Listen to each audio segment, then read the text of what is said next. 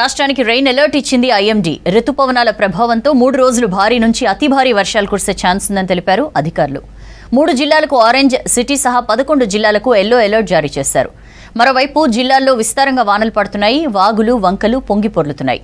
వర్షాలు కురుస్తుండటంతో ఖరీఫ్ సాగు ఏర్పాట్లలో బిజీ అయ్యారు రైతులు.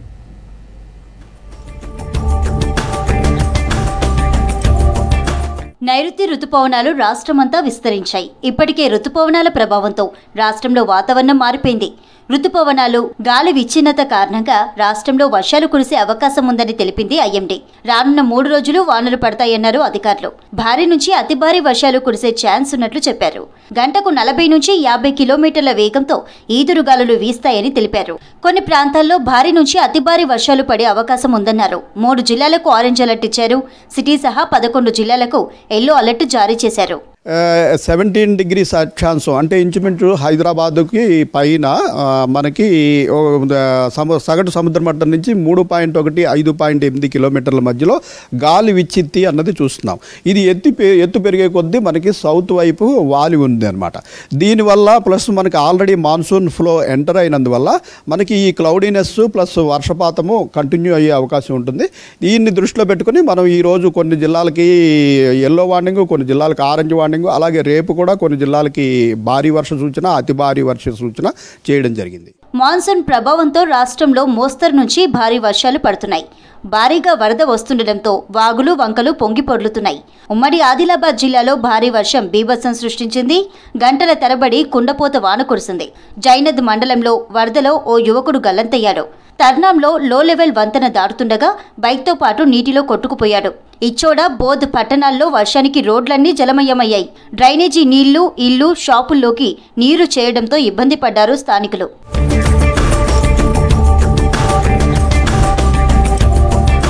అటు మహబూబాబాద్ జిల్లా కొత్తగూడ ఏజెన్సీలో భారీ వర్షం కురిసింది. ఏకదాటిగా కురిసిన వర్షాలతో వాగులు, వంకలకు వరద పోటెత్తుతుంది. మొండ్రాయిగూడెం వాగు రోడ్డులపై నుంచి వరద పొంగి పొర్లుతోంది. వరద ఉధృతికి పలు గ్రామాలకు రాకపోకలు స్తంభించిపోయాయి. లోతట్టు ప్రాంతాలన్నీ జలమయమయ్యాయి.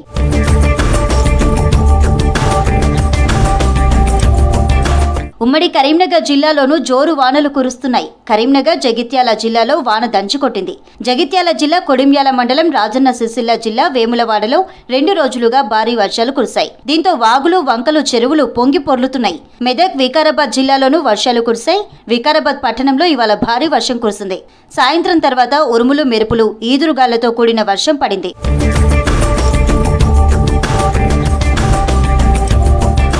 రుతుపవనాల ప్రభావంతో దాదాపు అన్ని జిల్లాల్లో వర్షాలు పడుతున్నాయి. దీంతో సాగుకు ఏర్పాట్లు చేసుకుంటున్నారు అన్నదాతలు. నారుమళ్లు సిద్ధం చేసుకుంటున్నారు. దీంతో పొలాల్లో రైతుల సందడి నెలకొంది. వర్షాలు కురుస్తుండటంతో ఖరీఫ్ సాగుకు దుక్కులు దున్నుకుంటున్నారు. ఉమ్మడి వరంగల్ జిల్లాలో వ్యవసాయ పనులు మొదలయ్యాయి. అక్కడక్కడ పత్తి గింజలు విత్తుకుంటున్నారు.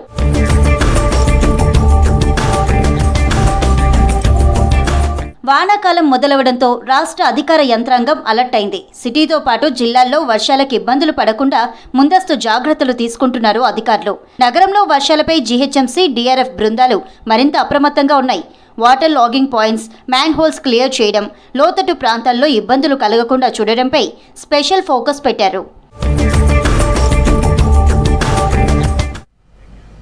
సమాజంలో కులం కన్నా చదువుతోనే గుర్తింపు వస్తుందన్నారు సీఎం రేవంత్ రెడ్డి. ప్రజాప్రభుత్వంలో దళితులకు సరైన గుర్తింపు దక్కిందన్నారు. తాను మీలో ఒకణ్ణని, మీతోనే ఉంటానని చెప్పారు ముఖ్యమంత్రి. దొరల పాలనకు ప్రజాప్రభుత్వానికి తేడా ఇదేనని వివరించారు. గురుకులాల్లో మంచి ఫలితాలు సాధించిన స్టూడెంట్స్ కు ప్రశంసా పత్రాలు అందజేశారు CM Revanth, deputy CM Bhatti. Congress పాలనలో దళితులకు సముచిత ప్రాధాన్యం ఇస్తున్నామన్నారు ముఖ్యమంత్రి రేవంత్ రెడ్డి. కీలక పదవుల్లో అట్టడుగు వర్గాల వారిని నియమించామని చెప్పారు. కులం కన్నా చదువే ముఖ్యమన్నారు. విద్యతోనే సామాజిక రుగ్మతలను పారదోలవచ్చన్నారు సీఎం. హైదరాబాద్ బంజారాహిల్స్లోని బాబు జగ్జీవన్ రామ్ భవన్లో గురుకులాల్లో మెరుగైన ఫలితాలు సాధించిన విద్యార్థులను సన్మానించారు. వారికి బహుమతులను ప్రదానం చేశారు ముఖ్యమంత్రి. కార్యక్రమంలో స్పీకర్ గడ్డం ప్రసాద్ కుమార్, డిప్యూటీ సీఎం భట్టి, ఎంపీలు వంశీకృష్ణ, కడియం కావ్య, పలువురు ఎమ్మెల్యేలు పాల్గొన్నారు. రాష్ట్ర ప్రభుత్వం young India integrated residential schools అనే ఒక విధానాన్ని తీసుకొచ్చి ఈ దేశానికి ఆదర్శంగా ఉండే విధంగా 25 ఎకరాలలో ఒక కార్పొరేట్ కాలేజీలతో పోటీ పడే విధంగా ఈచ్ స్కూల్కి 200 కోట్ల రూపాయలు కేటాయించి ఈరోజు మీకు ఒక ఇంటర్నేషనల్ స్టాండర్డ్స్ ఎడ్యుకేషన్ని not only infrastructure, educational qualification కూడా అక్కడ ఉండే క్వాలిటీ కూడా పెంచాలి అని ఒక లక్ష్యంతో ఈరోజు మేము పనిచేస్తున్నాం. సభలో ఎంపీ గడ్డం వంశీకృష్ణను ప్రత్యేకంగా అభినందించారు సీఎం రేవంత్. చిన్న వయసులోనే వంశీకృష్ణ ఎంపీగా రాణిస్తున్నాడని అన్నారు. రాజ్యాంగబద్ధమైన పదవుల్లో దళితులకు పెద్దపీట వేశామన్నారు సీఎం. బీసీలుగా ఇద్దరిని నియమించామని చెప్పారు. తనకు చదువు విలువ తెలుసని, అందుకే విద్యకు అధిక ప్రాధాన్యత ఇస్తున్నామని వివరించారు. యంగ్ ఇండియా ఇంటిగ్రేటెడ్ స్కూల్స్ నిర్మాణం ఇందులో భాగమేనని చెప్పారు సీఎం. ఈరోజు చిన్న వయసులోనే వంశీ ఎంపీ కావడము, కావ్య డాక్టర్గా రాణించడమే కాకుండా ఈరోజు పార్లమెంట్ సభ్యురాలుగా ప్రాతినిధ్యం వహిస్తున్నదంటే దీనికి ప్రధానమైన కారణం ఈ దేశానికి స్వతంత్రం ఇప్పించిన కాంగ్రెస్ పార్టీ. విద్యలో, ఉద్యోగాలలో, వృత్తి నైపుణ్యంలో కాంగ్రెస్ పార్టీ అందించిన రిజర్వేషన్లను అందిపుచ్చుకొని డాక్టర్లుగా, ఐపీఎస్లుగా, ప్రజాప్రతినిధులుగా ఈరోజు ఈ సమాజంలో రాణించి ఈరోజు ఈ వేదిక మీద నిలబడి మీకు ఆదర్శంగా మీ ముందు నించున్నారు. దీనికి ప్రధానమైన కారణం కాంగ్రెస్ పార్టీ, పండిట్ జవహర్లాల్ నెహ్రూ గారు, శ్రీమతి ఇందిరాగాంధీ గారు. వీళ్ళకు కులం వల్ల రాలేదు, వీళ్ళకు చదువు వల్ల గుర్తింపు వచ్చింది. చదువే ఈరోజు వాళ్ళని గౌరవం తెచ్చిపెట్టింది. ఆ చదువే ఈ వేదిక మీద ఈరోజు కూర్చోబెట్టింది. గత ప్రభుత్వం అణగారిన వర్గాలను విద్యకు దూరం చేసిందని మండిపడ్డారు సీఎం రేవంత్ రెడ్డి. 10 ఏళ్లు ఉద్యోగ నోటిఫికేషన్లు ఇవ్వకుండా విద్యార్థుల జీవితాలతో చెలగాటమాడారని విమర్శించారు. తమ ప్రభుత్వం వచ్చిన ఏడాదిలోనే 59,000 ఉద్యోగాలు భర్తీ చేశామని చెప్పారు సీఎం. పెట్టుబడులు తీసుకొచ్చి పరిశ్రమలు ఏర్పాటు చేసి మరో 1,00,000 ఉద్యోగాలను సృష్టించామని వివరించారు. మీ కుటుంబంలో పార్లమెంటు కోడిపోతే 6 నెలలు తిరగకముందే ఉద్యోగం ఇచ్చుకున్నారు. మీ బంధువులను ప్రజలు తిరస్కరిస్తే ఎంబడెంబడే నామినేట్ పదవులు ఇచ్చుకున్నారు. మీ పిల్లలకి ఎప్పుడు ఉద్యోగాలు ఉండాలి, మీ పిల్లలకు పెద్ద పెద్ద ఫామ్ హౌస్లు ఉండాలి, మీరు ఆగర్భ శ్రీమంతులుగా బెంచ్ కార్లలో తిరగాలి. మేమేం వద్దంటలేం, మీరు లావిష్ లైఫ్ మీరు గడపండి, కానీ కనీసం మా పిల్లలకు పోటీ పరీక్షలు నిర్వహించాలన్న ఆలోచన మీకు రాలే. డాక్టర్ బిఆర్ అంబేద్కర్ ఆశయాలకు అనుగుణంగా రాష్ట్ర సర్కార్ పనిచేస్తోందన్నారు అసెంబ్లీ స్పీకర్ గడ్డం ప్రసాద్ కుమార్. గురుకుల పాఠశాల విద్యార్థులకు అవార్డ్స్ కార్యక్రమానికి అటెండ్ అయ్యారు స్పీకర్. దేశంలోని ఏ రాష్ట్రంలో కేటాయించని నిధులను తెలంగాణలో కేటాయించామన్నారు. స్కిల్ యూనివర్సిటీ, ఇంటిగ్రేటెడ్ స్కూల్స్ ఏర్పాటు చేసి విద్యకు అధిక ప్రాధాన్యతనిచ్చామన్నారు.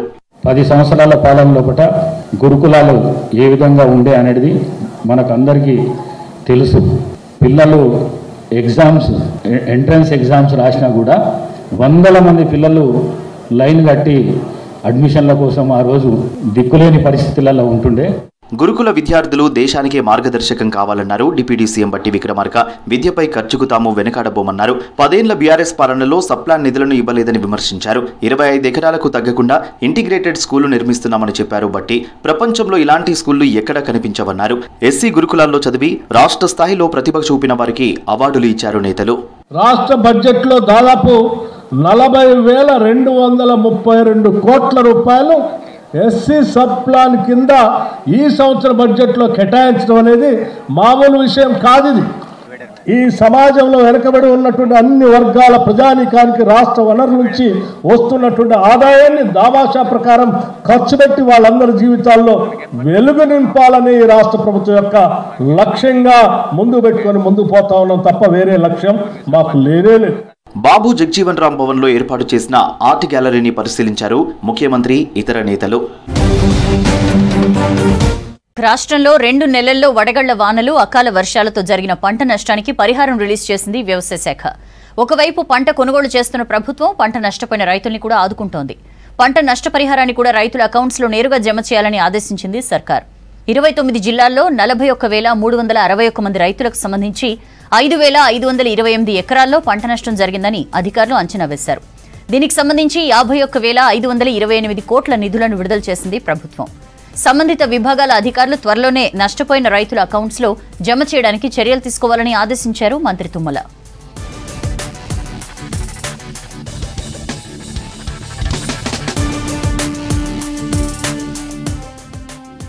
రాష్ట్ర వ్యాప్తంగా 36,424 ఎకరాల్లో వరి, 4,753 ఎకరాల్లో పత్తి, మరో 3,266 ఎకరాల్లో మొక్కజొన్న, 470 ఎకరాల్లో జొన్న, 6,589 ఎకరాల్లో ఉద్యాన పంటలు దెబ్బతిన్నాయని ప్రభుత్వానికి రిపోర్ట్ ఇచ్చారు అధికారులు.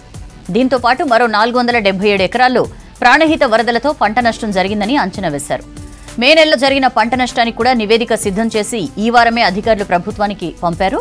అయితే వీటికి సంబంధించిన నిధులు మంజూరు కావాల్సిందని తెలిపింది వ్యవసాయ శాఖ.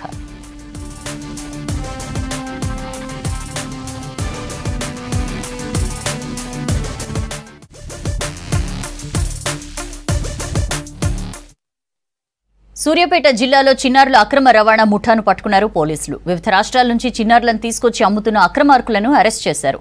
సంతానం లేని దంపతుల్ని టార్గెట్గా చేసుకుని లక్షల రూపాయలకు పిల్లల్ని విక్రయిస్తున్నారు. సూర్యాపేట జిల్లా కేంద్రానికి చెందిన నక్కా యాదగిరి దంపతులే కేసులో ప్రధాన సూత్రధారులని తెలుస్తోంది.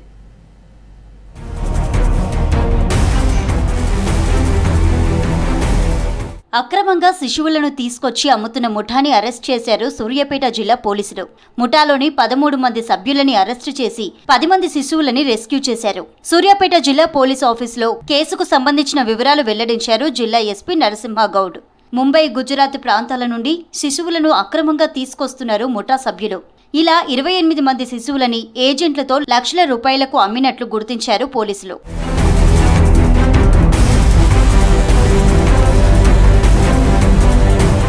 సూర్యాపేట జిల్లా కేంద్రానికి చెందిన నక్క యాదగిరి, ఉమారాణి దంపతులు కోడిగుడ్ల వ్యాపారం పేరుతో గ్రామీణ ప్రాంతాల్లో తిరుగుతూ పిల్లలు లేని దంపతులను గుర్తించి వారికి ముంబై, గుజరాత్ ప్రాంతాలకు చెందిన ముఠాలతో శిశువులను తీసుకొచ్చి అమ్ముతున్నారు. ఒక్కో శిశువుని 5 నుండి 10 లక్షల వరకు అమ్మినట్లు గుర్తించారు పోలీసులు. ఇలా ఉమ్మడి నల్గొండ జిల్లా వ్యాప్తంగా 10 మంది శిశువుల్ని అమ్మినట్టు గుర్తించారు పోలీసులు.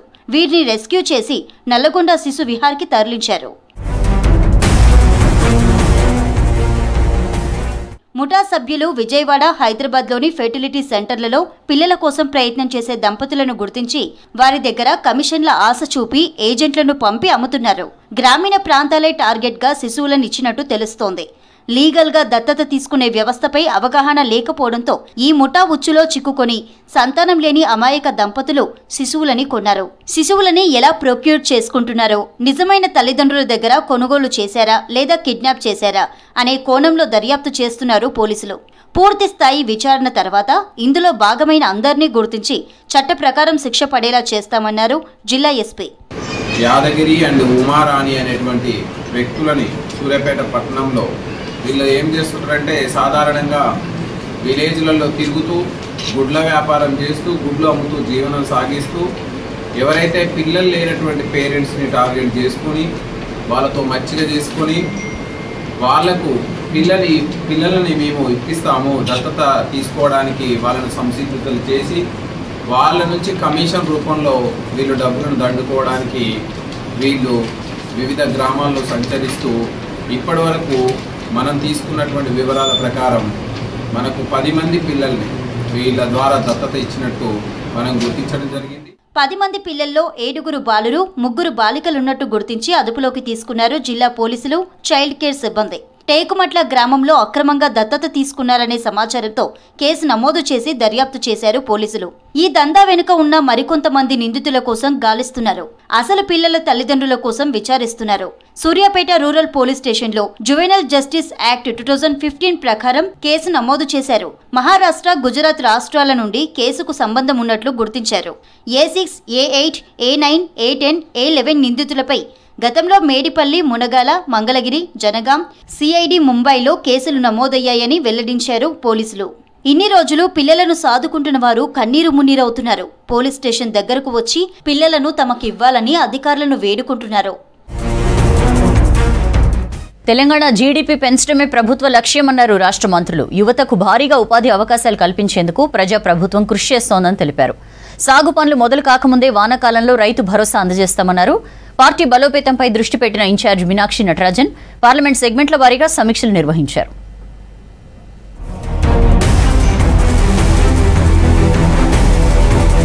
ప్రజాప్రభుత్వం, రాజీవ్ యువ వికాసం గతానికి భిన్నంగా ఉంటుందన్నారు డిప్యూటీ సీఎం బట్టి విక్రమార్క.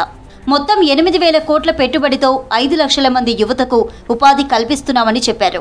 ఈ పథకం ద్వారా రాష్ట్రంలో పెద్ద ఎత్తున మానవ వనరుల వినియోగం జరుగుతుందన్నారు. వ్యాపార కార్యకలాపాలు విస్తృతంగా జరగడంతో రాష్ట్ర జీడీపీ పెద్ద ఎత్తున పెరిగే అవకాశం ఉందన్నారు. యావత్ యంత్రాంగం ఈ పథకాన్ని విజయవంతం చేసేందుకు కృషి చేయాలని అధికారులను ఆదేశించారు. మంత్రి పొన్నం ప్రభాకర్తో కలిసి రాజీవ్ యువ వికాసం అమలు ప్రగతిపై జిల్లా కలెక్టర్లతో వీడియో కాన్ఫరెన్స్ నిర్వహించారు డిప్యూటీ సీఎం బట్టి.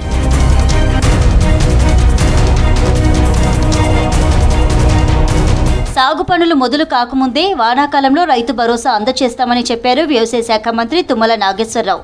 దేశంలో ఎక్కడా లేనట్టుగా రైతులకు 2 లక్షల రుణమాఫీ చేశామన్నారు. నల్గొండ జిల్లా చిట్యాల మున్సిపాలిటీ పరిధిలో పర్యటించిన మంత్రి వ్యవసాయ మార్కెట్లో 1,40,00,000తో నిర్మించిన 32 షాపింగ్ కాంప్లెక్స్లు ప్రారంభించారు. తర్వాత వ్యవసాయ మార్కెట్ కమిటీ చైర్మన్ ప్రమాణ స్వీకార కార్యక్రమంలో పాల్గొన్నారు తుమ్మల. ముఖ్యమంత్రి యొక్క తాపత్రయం, తెలంగాణ ప్రభుత్వం యొక్క ఆశ, తెలంగాణ ప్రభుత్వం యొక్క ఆశయం రైతుని నిలబెట్టుకోవాలి. రైతు నిలబెడితే మనకి రాష్ట్రం సుభిక్షంగా ఉంటది. 2 లక్షలు ఉన్నటువంటి రైతాంగానికి రుణమాఫీ చేసినటువంటి ఘనత రేవంత్ రెడ్డి గారిది అని చెప్పి ఈ సందర్భంగా మనం చేస్తున్నాం. ఇంటి పరిస్థితుల్లో మనం ఈ సంవత్సరం అనుకున్న సమయంలోనే రైతు భరోసా రైతుల ఖాతాల్లో వేస్తామని చెప్పి వర్షాకాలంలో హైదరాబాద్ నగరవాసులకు ఇబ్బందులు లేకుండా చూడాలని అధికారులను ఆదేశించారు హైదరాబాద్ ఇన్ఛార్జ్ మంత్రి పొన్నం ప్రభాకర్. ఖైరతాబాద్లో జలమండలి హెడ్ ఆఫీస్లో అధికారులతో సమీక్ష నిర్వహించారు పొన్నం. లోతట్టు ప్రాంతాల్లో ఇబ్బందులు, మ్యాన్హోల్స్ క్లియర్ చేయడం, వాటర్ లాగింగ్ పాయింట్స్, తాగునీటి సప్లై, పబ్లిక్ డిమాండ్స్ పై అధికారులతో చర్చించారు మంత్రి. ఎక్కడా సమస్యలు తలెత్తకుండా చూడాలని అధికారులకు సూచించారు. పార్టీ బలోపేతంపై మరింత దృష్టి పెట్టారు ఇన్ఛార్జ్ మీనాక్షి నటరాజన్. ఎమ్మెల్యే క్వార్టర్స్లో జిల్లాల వారీగా సమీక్షలు చేస్తున్నారు. ఆదిలాబాద్ పార్లమెంట్ పరిధిలో పోటీ చేసిన అభ్యర్థులతో మీనాక్షి భేటీ అయ్యారు. పెద్దపల్లి పార్లమెంట్ పరిధిలో అసెంబ్లీ నియోజకవర్గాల వారీగా సమావేశం నిర్వహించారు. నియోజకవర్గ సమస్యలు, స్థానిక ఎన్నికల్లో బలహీనతలపై చర్చించారు. అనంతరం మెదక్ పార్లమెంటు పరిధి అసెంబ్లీ నియోజకవర్గాల ముఖ్య నేతలతో భేటీ అయ్యారు మీనాక్షి నటరాజన్. నైరుతి రుతుపవనాల ప్రభావంతో దక్షిణాది రాష్ట్రాల్లో విస్తారంగా వానలు పడుతున్నాయి. కేరళ, కర్ణాటక రాష్ట్రాల్లో భారీ వర్షాలు కురిసే ఛాన్స్ ఉందని తెలిపింది వాతావరణ శాఖ. ముంబై, పూణేలోనూ కుండపోత వానలు పడతాయంది. లోతట్టు ప్రాంతాల ప్రజలు అప్రమత్తంగా ఉండాలని సూచించింది ఐఎండీ.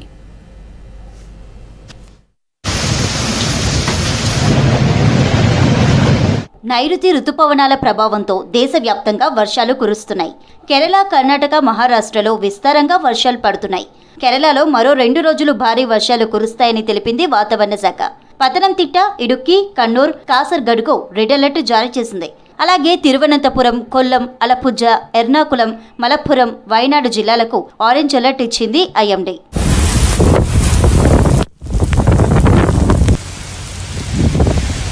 కర్ణాటకలోనూ పెద్ద ఎత్తున వానలు పడుతున్నాయి. బెంగుళూరులో రాబోయే 24 గంటలు సాధారణం నుంచి మోస్తరు వర్షాలు కురుస్తాయని తెలిపింది ఐఎండీ.